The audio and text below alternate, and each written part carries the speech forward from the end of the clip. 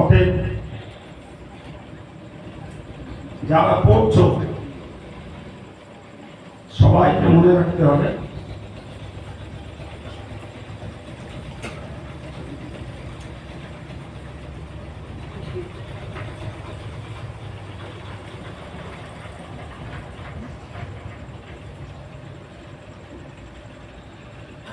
পড়ার জীবন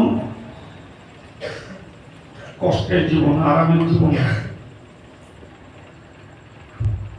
বাড়ি গেলে মা ঘুমোতে দেয়, এখানে হুজুররা ঠেলে তুলে দেয়। বাড়ি গেলে মাছ গোস্ত খাওয়া যাবে, এখানে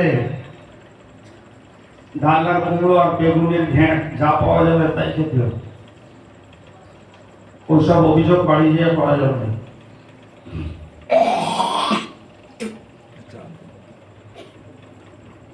এইসব অভিযোগ যারা বাড়ি গিয়ে করে,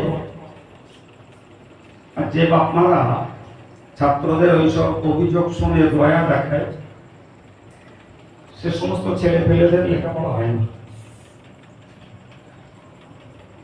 সুতরাং তোমরা ছেলে মানুষ, গার্জিয়ান বা আমাদের গ্রামবাসী যারা আছে তারা তো সহযোগী, দুটো পয়সা দেয়, দুটো কথা দেয়, বা মাদ্রাসাটার সুখ দুঃখের সঙ্গে জড়িয়ে থাকে। কিন্তু পড়াতে হয় ওস্তাদদের, পাহারাদারি করতে হয় ওস্তাদদের, আর পড়তে হয় তোমাদের। মনে রাখতে হবে, দুষ্টুমি করলে, ফাঁকিবাজি করলে বাড়ি বাপ মাও মারে। তো মাদ্রাসায় যখন দুষ্টুমি করবো, ফাঁকিবাজি করবো, ওস্তাদরা আমার বকবে, মারবে।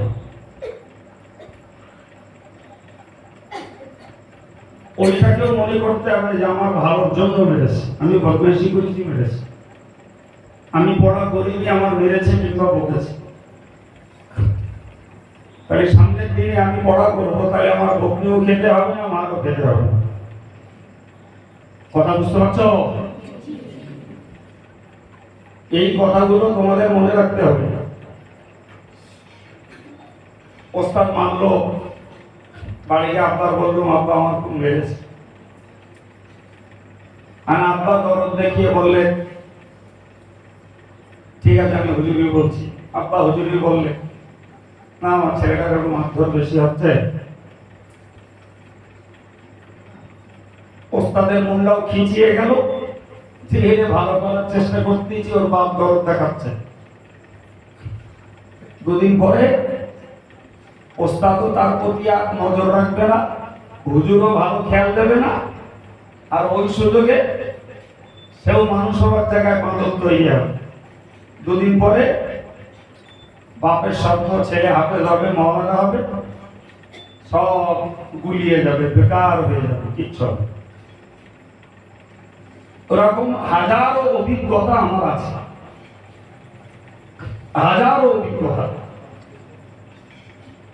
সুতরাং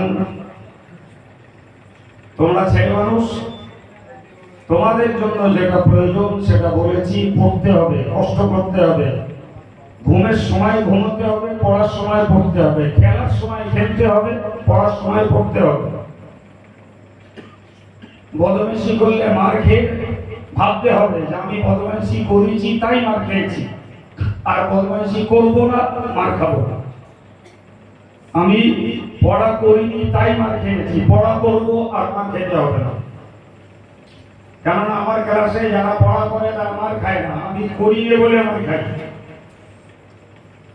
আর এইটাকে যদি কেউ তোমরা বাড়িতে নালিশ করো, আর কারুর বাপ মা যদি ওই নালিশটা নিয়ে হুজুরি বলতে যায়, তাহলে তার পিস মারা গেল। এই কথা শুনতে পেয়েছো? সুতরাং বারবার মনে রাখতে হবে আমি এখানে পড়তে এসেছি, এখানে খেলতে আসিনি, ঘুমোতে আসিনি, আড্ডা দিতে আসিনি, ফাঁকি মারতে আসিনি, পড়তে এসেছি।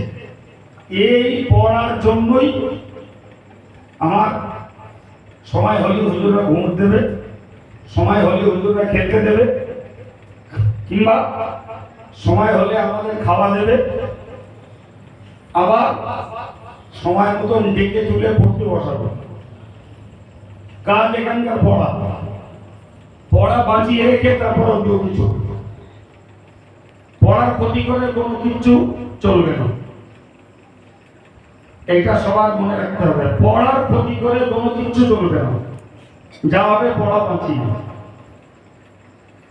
এই কথাগুলো সবাই মুখস্থ করে রাখো। যাই হোক, দোয়া করি যারা পড়তে এসেছ আল্লাহ তাদের একটা ভালো পর্যায়ে বেশি লেখাপড়া শেখা যাতে আল্লাহ সকলকে পৌঁছে দেন, সবাই বলি আমিন। তো আজকে যে উদ্দেশ্যে আমরা বসেছি, যে আমরা কয়েকটা ছাত্রকে কোরআন সূচনা করব। তারা এর পূর্বেকার বইগুলো পড়ে পড়ে পড়ে পড়ে কোরআন পড়ার মতো যোগ্যতা অর্জন করেছে। আজকে সেই কোরআনটাকে আমাদের গ্রামে বলে কোরআন ধরানো। তো সেই কোরআনটাকে ধরানো হবে মানে শুরু করা হবে। তো আমি পড়ছি, সবাই পড়ো, তোমরা পড়ো। আউযু বিল্লাহি মিনাশ শাইতানির রাজীম।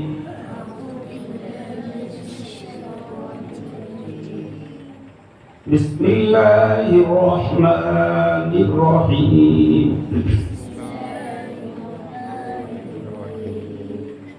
রব্বি ইশরাহ লি সাদরি ويسر لي أمري واحلل عقدة من لساني يفقه قولي رب يسر ولا تعسر ولا تنقص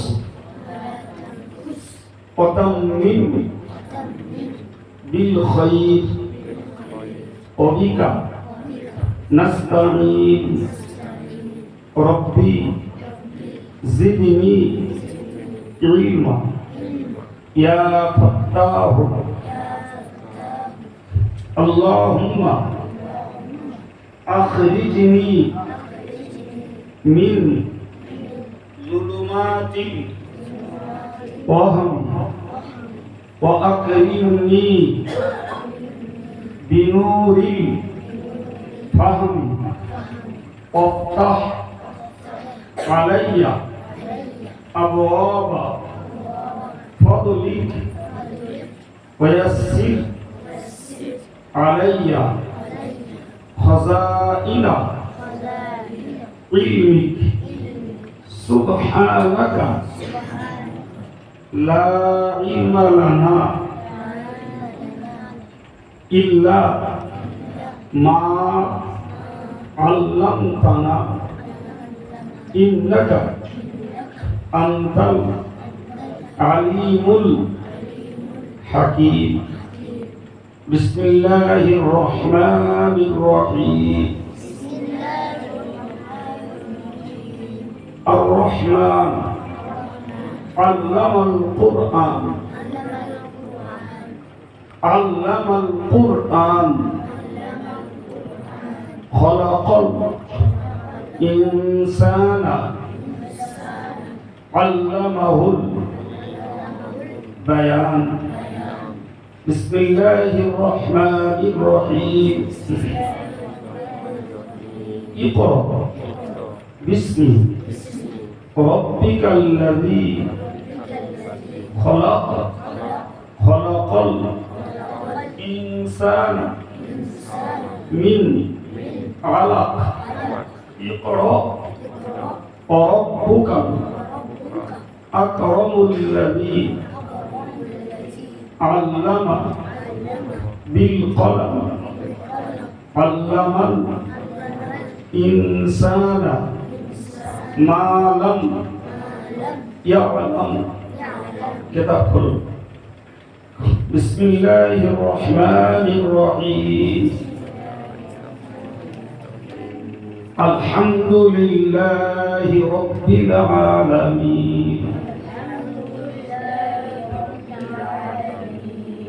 আর-রহমানির রহিম।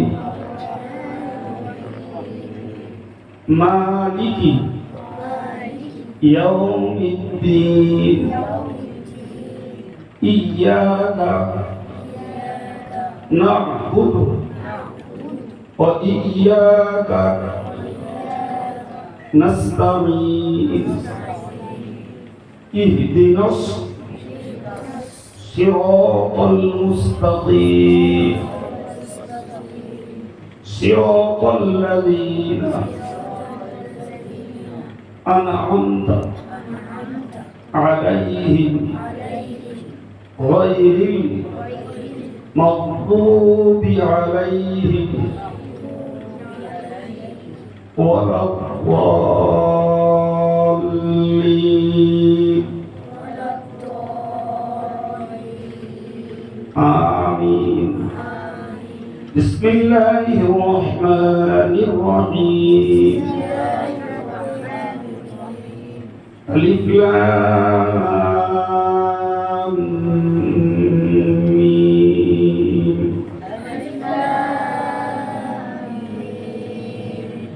যালিকাল কিতাবু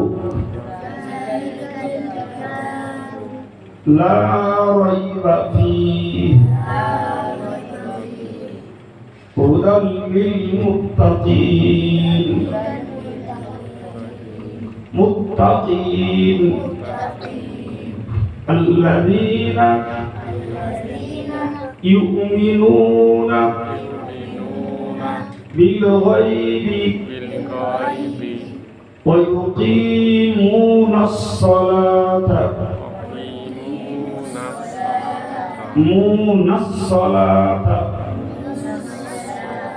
ওয়া মিম্মা রাযাকনাহুম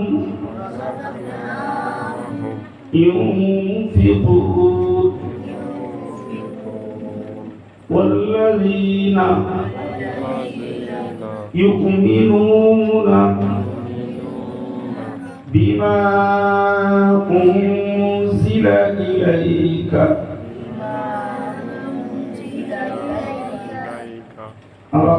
بما أنزل إليك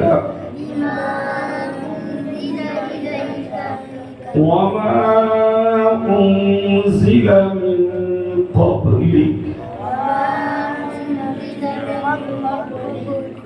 من قبلك وبالآخرة هم يوقنون أولئك على هدى من ربهم وأولئك هم المفلحون. صدق الله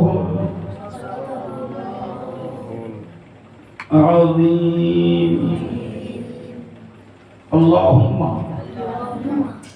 سهل علي تلاوة قرآنك ونظف قلبي بالقرآن وزين خلقي بالقرآن ونجني بالقرآن.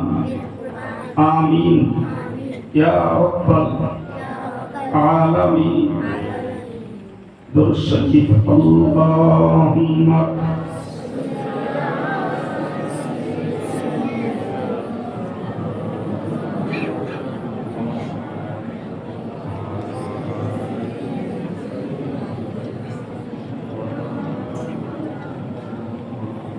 আসুন একটু প্রিয় নবীর প্রতি সালাম জানাই, ইয়া নবী